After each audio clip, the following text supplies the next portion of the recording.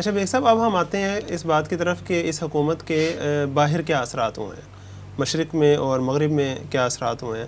مشرق میں مراد میری بھارت ہے، اور بھارت کو اس حکومت کے بننے پر جو مسائل اس کو درپیش آ رہے ہیں، جو وہ سیخ پا ہو رہا ہے، وہ سب کے سامنے ہے. اور خاص طور پر جب انہوں نے اپنی حکومت کا اعلان کیا ہے، اور اس کے لیے جو اناگوریشن سرمنی کے لیے سننے میں آ رہا ہے کہ انہوں نے 5-6 ملک ہیں جن کو دعوت دی ہے، چائنا ہے، رشیا ہے، ایران ہے، ترکی ہے، قطر ہے، اور پھر سب سے اہم پاکستان ہے جس پر انڈیا کو سب سے زیادہ مسئلہ پیش آ رہا ہے. اور ساتھ آپ دیکھیں تو بھی کچھ دن سے ہمارے جو ISI کے جو چیف ہیں جنرل فیض، وہ بھی وہیں موجود ہیں. تو ان سب چیزوں پر بھارت جو ہے بہت زیادہ پروپیگنڈا کر رہا ہے کہ بھی یہ ساری جو طالبان کا آنا، پھر یہاں تک کہ پنشیر پر ان کا قبضہ، پھر اس حکومت کا اعلان، اس سب میں اصل جو بیک فٹ پر کام کر رہی ہے وہ ISI اور پاکستان کی ملٹری ہے. تو اس بارے میں آپ کیا کہتے ہیں؟ دیکھیں، یہ جو بھارت اور بھارت کا جو میڈیا اس ساری صورتحال پر جو افغانستان میں ہوا ہے، یوں آپ سمجھیے نا کہ پانسا پلٹ گیا ہے، بالکل پانسا پلٹ گیا ہے. نیچے کی چیزیں اوپر آ گئی ہیں اور اوپر کی چیزیں نیچے چلی گئی ہیں. زمین آسمان بدل گیا. زمین و آسمان بدل گیا ہے. تو اس پر میں سمجھتا ہوں بھارت جتنا پریشان اور پشیمان اور تکلیف میں ہے، اس کا بنتا ہے، وہ حقیقی ہے. دیکھیے، میں تھوڑا سا آپ کو تاریخ کے آئینے میں بات کرنے کی کوشش کرتا ہوں. جب تقسیم ہند ہوئی تو ظاہر ہے پاکستان اور انڈیا بنے، تو پاکستان نے اپنا رخ ویسٹ کی طرف رکھا اور انڈیا نے اپنا رخ کسی حد تک سوویت یونین کی طرف رکھا، اگرچہ وہ غیر جانبداری کا دعویٰ بھی کرتے رہے لیکن رکھا. اور مجھے یاد آ رہے ہیں پاکستان کے وزیر اعظم خواجہ ناظم الدین، جنہوں نے بانی تنظیم ڈاکٹر اسرار احمد کے ایک سوال کا جواب دیتے ہوئے کہا، جب بانی تنظیم اسلامی ڈاکٹر اسرار احمد ایک اسٹوڈنٹ کی حیثیت سے گورنر ہاؤس گئے ان سے ملنے کے لیے وزیر اعظم پاکستان سے، تو انہوں نے ان سے سوال کیا، خواجہ ناظم الدین جو وقت کے وزیر اعظم تھے، کہ آپ جو سیٹوں اور سینٹوں معاہدوں میں پاکستان کو باندھ رہے ہیں، تو آپ تو آج باندھ کر چلے جائیں گے، کل یہ ملک ہم نے سنبھالنا ہے، یہ ملک ہم نے سنبھالنا ہے، تو آپ تو ہمارے ہاتھ اور پاؤں باندھ کر جا رہے ہیں. تو جو جواب دیا تھا، اگرچہ وہ پورا جسٹیفائڈ نہیں تھا لیکن اس میں کچھ بات تھی. انہوں نے کہا کہ ہندوستان بہت بڑا ملک ہے، ہندوستان کو سوویت یونین کی حمایت حاصل ہے، ہمیں اپنی سلامتی کا خطرہ ہے، ہمیں خطرہ ہے کہ ہندوستان اپنے وہ جو کینہ، جو غصہ، جو تقسیم ہند پر اس کی بے عزتی ہوئی ہے، جو معاملہ ہوا ہے، کہیں وہ کسی موقع پر اس کا بدلہ لینے پر ہمارے لیے چڑھائی نہ کر دے. ہمیں کسی بڑے سہارے کی ضرورت تھی، اس لیے لیا. ان کے بڑے خوبصورت الفاظ تھے نا کہ پنڈت نہرو تو نہیں چاہتے نا کہ پاکستان قائم رہے، تو اب ہمیں کوئی تو سہارا چاہیے نا، کوئی تو سہارا چاہیے. تو یہ بات اگر 100% نہیں تو کسی حد تک درست تھی کہ پاکستان کو سہارے کی ضرورت تھی. لیکن آپ نے نتیجہ کیا دیکھا؟ اب ساری تاریخ کو دہرا لیجئے. نتیجہ کیا نکلا کہ پاکستان نے ویسٹ اور امریکہ کے ہاتھوں ہمیشہ ڈانگی کھایا.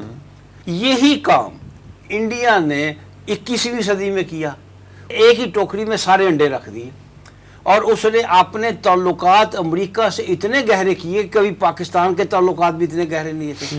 اس نے انڈیا کے ساتھ ایسے معاہدات کیے کہ وہ ایک قسم کا امریکہ کا محتاج ہو کر رہ گیا. میں آپ کو بہت سے معاہدات گنوا سکتا ہوں.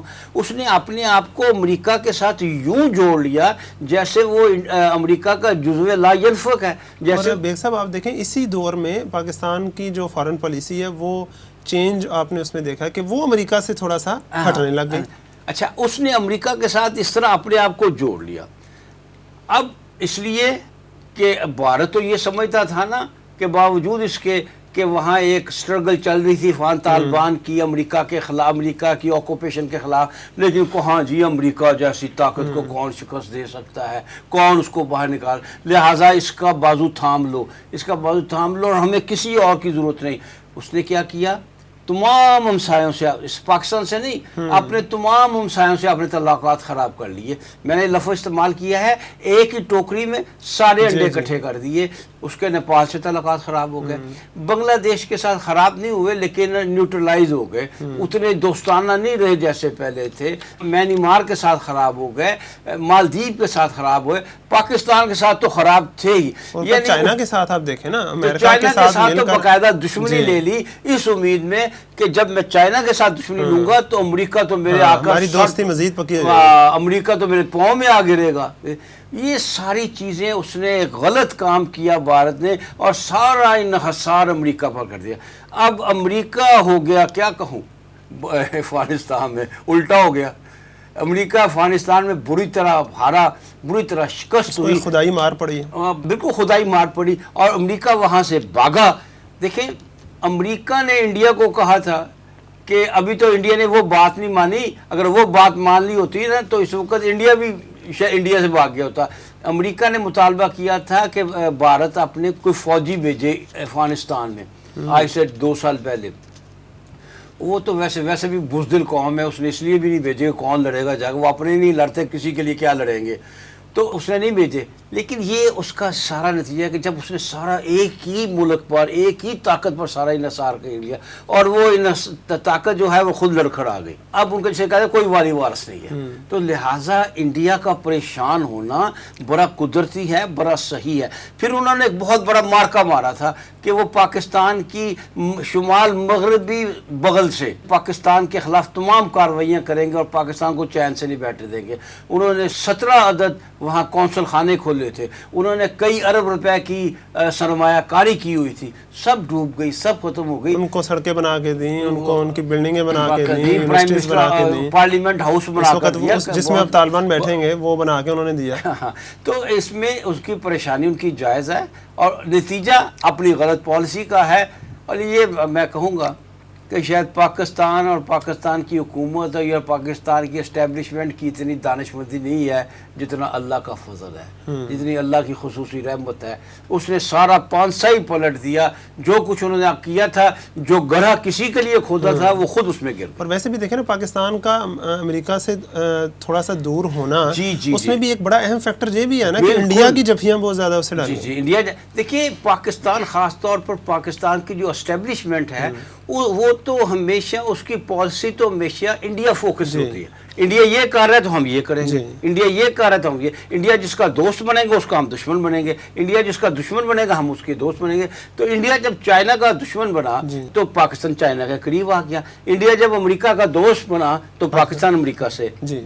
تو یہ اللہ تعالیٰ نے پاکستان کو امریکیت سے بچایا ہے، اس استعماری قوت سے بچایا ہے، جس کے بارے میں ہینری کسنجر نے جو کہا ہے کہ امریکہ کی دوستی امریکہ کی دشمنی سے زیادہ بری ہے، اللہ نے ہمیں بھارت کی حماقت کی وجہ سے ہمیں اس سے بچا لیا۔ ڈاکٹر صاحب آپ کی اجازت سے ایوب بیگ صاحب جس طرح فرما رہے تھے اس میں چند ایک چیزیں ایڈ کرنا چاہوں گا۔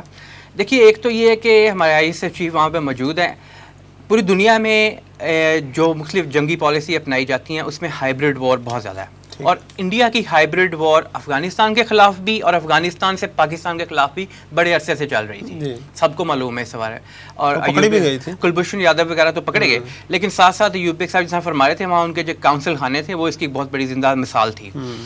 تو جیسے جیسے افغان طالبان نے کنٹرول حاصل کیا اور بہت جلدی حاصل کر لیا، تو آپ یہ دیکھیں گے وہاں پہ مکمل ایک شفٹ آ گئی، shift in policy, shift in government, even intelligence کے اندر۔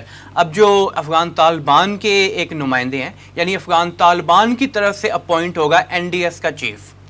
اب دیکھیں کتنی بڑی چینج ہے، شفٹ ہے۔ وہ NDS جو کہ اشرف غنی کی NDS تھی وہ را کے ساتھ مل کے کام کرتی تھی، لیکن جو افغان طالبان کی NDS ہوگی اس نے اپنے مفادات اور اپنے علاقے میں اپنے جو دوست اور برادر ممالک ہیں ان کے مفادات کو ساتھ لے کے چلنا ہے، جس میں پاکستان بھی شامل ہے۔ اور جس طرح آپ نے نام لیا نا پہلے کہ چائنا ہے، رشیا ہے، اس کے بعد ایران ہے، پاکستان ہے، ترکی ہے، قطر ہے، ان سب کو تو انوگریشن پہ وہ بلائیں گے نا۔ یہی چیز ایک فالٹ لائنز کو بھی شو کر رہی ہے کہ جو افغان طالبان کے لیے کون سی فالٹ لائنز بن رہی ہیں، وہ ایک کیمپ کو سمجھ رہے ہیں کہ یہ ہمارے ساتھ ہوں گے، ہمارے ہیلپ کریں گے، پہلے بھی ہمارے ساتھ رہے ہیں۔ دوسرا کیمپ جو ہے وہ ہمارا دشمن رہا ہے، اس نے ہمارے ساتھ دشمنی نبھائی ہے پورے طور پر۔ اور صاحب اس میں دیکھیں نا، جیسے ہی طالبان نے یہاں اپنا اقتدار سنبھالا، اب انڈیا کم از کم اسی وقت ہی تھوڑی عقل کرتا، اس نے اس کے بعد بھی اپنا پروپیگنڈا میڈیا پہ جو کچھ جاری رکھا کہ طالبان کو یہ بھی کہنا پڑا کہ انڈیا کو کوئی مسئلہ ہے تو سفارتی طریقے سے بات کرے. یہ میڈیا پہ اس طرح جو ہے وہ ایک بدتمیزی کی فضا برقرار رکھنا درست نہیں ہے. جی یہ بالکل درست بات آپ کی. ایک تو انڈین میڈیا جو ہے وہ جس کو گودی میڈیا آپ کہہ سکتے ہیں، ان کی یہ ایک طرح ہے کہ وہ طریقہ ہی یہ یوز کرتے ہیں، اور وہ ان کی جو اپنی پچھلے کچھ عرصے سے جب سے بی جے پی حکومت میں آئی ہے، ان کی پالیسی ایسے ہی رہتی ہے کہ وہ بہت زیادہ دوسروں کو تنگ کرنے کے لیے اپنے میڈیا کو استعمال کرتے ہیں. اس سے نقصان ان کو ہوتا ہے یقیناً. اور دوسرا ان کو یہ بھی بات پتہ ہے کہ at the end of the day بہرحال افغان طالبان کی حکومت ایک انتہا پسند ہندو حکومت کے ساتھ مل کے چل نہیں سکتی کبھی بھی. ان کی قربت ہو نہیں سکتی، نیچرلی پاسبل نہیں آئی ہے. تو بہرحال وہ اپنی طرف سے بھی کوشش کرتے ہیں کہ ہم اس کو ملائن کرتے رہیں زیادہ سے زیادہ. اوپر سے اور بات کریں گے کہ جی ہم ٹھیک ہے ملنے کے لیے تیار ہیں، ساتھ چلنے کے لیے تیار ہیں، لیکن ساتھ ساتھ اپنے میڈیا کے ذریعے دوسرے طریقوں سے جو بھی ان کے پاس پروپیگنڈا کے جو میتھڈز ہوتے ہیں ان کو یوز کرتے ہیں. اور جہاں تک ہمارے آئی ایس چیف کا وہاں موجود ہونے کا تعلق ہے، تو افغان طالبان نے انوائٹ کیا ہے. تو آپ کو انوائٹ جب کیا تو یہ مداخلت تو نہیں ہے، یہ تو دو برادر ممالک کے لوگ اکٹھے ہو کر اور ان کے جو سینٹرز آف پاور ہیں وہ اکٹھے ہو کر بہت ساری چیزیں ڈیسائیڈ کریں گے. اور ایسا نہیں ہے کہ چائنا کے، رشیا کے، ایران کے، قطر کے یا ترکی کے لوگ وہاں موجود نہیں ہیں. وہ تو ایک کیمرہ لے کے اب ہائی لائٹ کر دیتے نا، ہاں، اور کھل کے سامنے آئے. یہ بھی ایک اچھی مثال ہے کہ چھپ کے ملاقات نہیں کی. سی آئی اے کا جو چیف آیا تھا چھپ کے ملاقات کی، اس نے ڈر گیا، یہ بھی بتانا گوارا نہیں کیا کہ میں یہاں آ کے یہاں سے نکلنے کے لیے کوئی بات کر رہا ہوں. لیکن پاکستان کے آئی ایس ایف چیف یہاں گئے ہیں، بابنگے دوحل گئے ہیں، ٹھیک ہے، وہاں پہ انہوں نے بلایا، انوائٹ کیا ہے، تو everything is well and good. اسی طرح ڈاکٹر صاحب آپ کے علم میں ہوگا کہ یہ پنجشیر کے اوپر جب افغان طالبان نے اپنا آفینسو شروع کیا اسی وقت سے یہ بات آنی شروع ہو گئی، اور یہ انڈین اور انٹرنیشنل میڈیا سے آئی کہ پاکستان اس کے اندر انوالوڈ ہے، ڈائریکٹلی انوالوڈ ہے. پاکستان کے ڈرونز اس کے اندر جا رہے ہیں، پاکستان کے F-15s تو پاکستان کے پاس ہے ہی نہیں، F-15 جہاز پاکستان کے وہاں پہ جا رہے ہیں.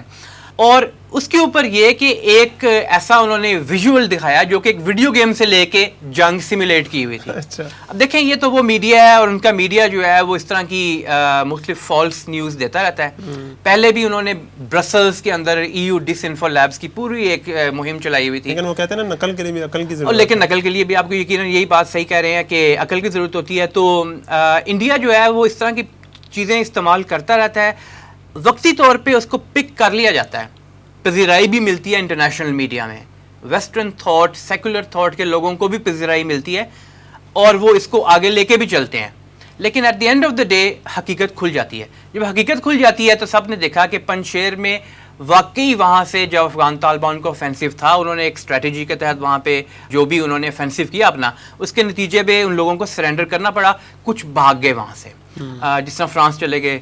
تو ہم نے دیکھا کہ افغان طالبان نے جب آفینسو کیا پنجشیر میں تو واقعی انہوں نے وہاں پہ اپنی اسٹریٹجی، جنگی اسٹریٹجی، اور اللہ تعالیٰ کی مدد کے ساتھ انہوں نے وہاں بھی قبضہ کر لیا، اور جو ایک صوبہ رہتا تھا وہ بھی ان کے کنٹرول میں آ گیا. اور احمد مسعود جس کے بارے میں انڈیا کہتا تھا کہ اس سے بڑا بہادر کوئی نہیں ہے، وہ فرانس بھاگ گیا ہوا ہے.